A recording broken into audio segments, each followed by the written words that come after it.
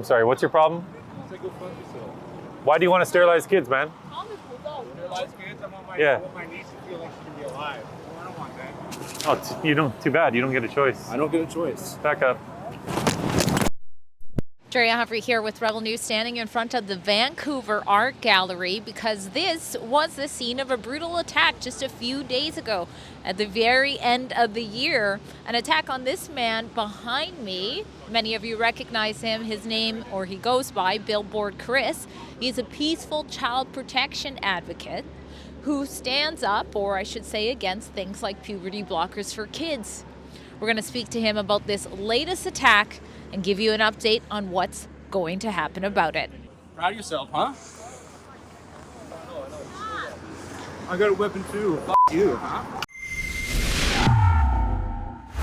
Well, it's a new year, but the same old violence when it comes to the Love is Love Rainbow Mafia, who simply can't stand a peaceful activist like Billboard Chris, who stands against the medical transitioning of children.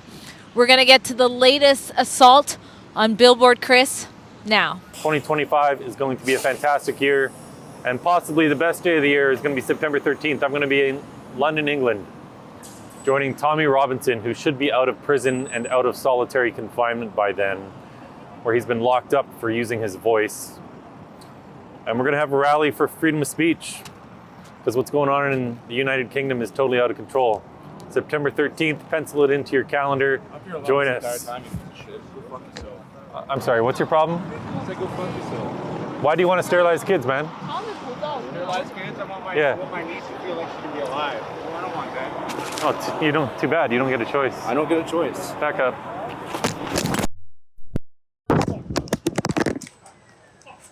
We meet again. Thanks for being back on Rebel News. My pleasure. Always good to see you, Drea. It is always good to see you, but not always good to see you getting assaulted. We're going to jump right into this most recent one that took place right here, right? Right here. Yep. Okay, let's show a clip of that, and then you can break down what we weren't able to tell. Okay. Let's have a look.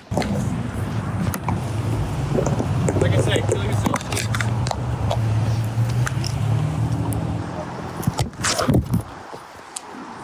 Go. I'm not playing around. I'm not playing either. You're playing with other people's lives though, okay? I'm going to keep having these conversations, and I don't care how many motherfuckers like you try to me with your violence. You're a tough guy. Doesn't matter to me. Proud of yourself, huh? Keep it going. Proud of yourself, huh? I got a weapon too. F you, huh?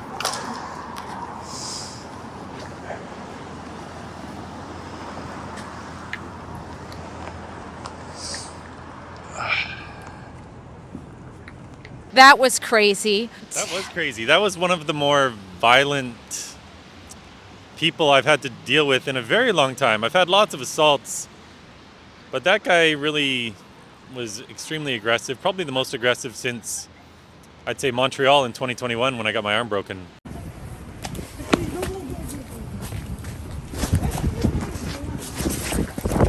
Get out of here!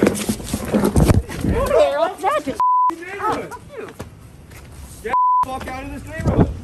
Go, Chris. Go, Chris. Get the fuck out of here! Go! Transphobes, f off! The fuck out! You leaving?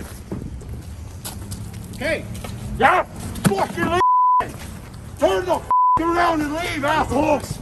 Get the f out of here!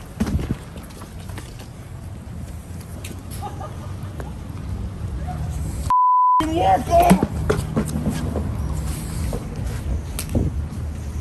Right? Am I bleeding? Yeah. So I didn't know who he was. I'd never seen him before, but I posted that video, and then the sleuths on the internet started to do their work, and I found out it's a man named Jeff Savage, and he happens to work in the bar right at the Hotel Georgia right beside us. So not very smart to assault me 100 feet from your workplace. Yeah, no kidding. I mean, that just shows how unhinged some of these people are, pink purse and all. You mentioned Montreal. We covered that as well, where I don't think we were able to find who those people were, correct? So tell us what's happening with the police. You've obviously reported this. Yes, I've reported it. I've submitted all my evidence and my police statement. And the police officer I spoke with did tell me that there's enough evidence there to press charges, so I expect they will arrest him if they haven't already. And they will charge him, and then it's up to the Crown Prosecutor to approve that charge or not. And consistently in Canada, when I've had these assaults, it's usually the Crown Prosecutors who are the problem. I had an assault just in October in Victoria. A trans-identified woman threw her coffee on me and tried to destroy my equipment. And the police were great. They did a fabulous job. They arrested her. They submitted charges. But again, the Crown Prosecutor refused to go forward with the charge. And probably the most egregious example of this was at a park in East Vancouver, March 31st of 2023, when two trans-identified males were each screaming in both of my ears. And I got punched in the throat and the head, pulled, pushed, took a tumble. And the investigating officer smiled as that whole assault took place. And again, they actually did end up arresting him a week later. I found that out just a few months ago. But again, in that case as well, the Crown Prosecutor refused to go forward with the charges because they play the trans card. Absolutely. Now, I want to circle back. It's good news that they're saying that they have enough evidence to do something about this. One of the things I noticed in the comments when you shared this brutal attack on you was some people putting the blame on you because there was a little bit of push. So what I did was I reached out to a former officer whose job was actually specializing in training officers, including self-defense. This is what he had to say in more generally. He's not speaking as a lawyer to this case, but more generally when an aggressor approaches you. Take a listen. In that case, under the Canadian Criminal Code Section 34, there is a right to self-defense. And essentially what that means is that you are indeed allowed to defend yourself and others in the event that there is an active assault going on, or if there is an immediate threat of an assault about to happen. So if somebody is approaching you with balled up fists ready to swing, you are allowed to hit them first. Go. I'm not playing around. I'm not playing either. Dude, playing with other people's lives though, okay? I'm gonna keep having these conversations, and I don't care how many motherfuckers like you. So there is one mitigating factor, and that is in section 34.2c. And essentially what that says is that there is some consideration that can be given in the event that a conflict has been instigated. So if you ask someone to hit you, then obviously that would be considered, right? As opposed to, you know, an assault actually just happening on its own or because somebody just didn't like you.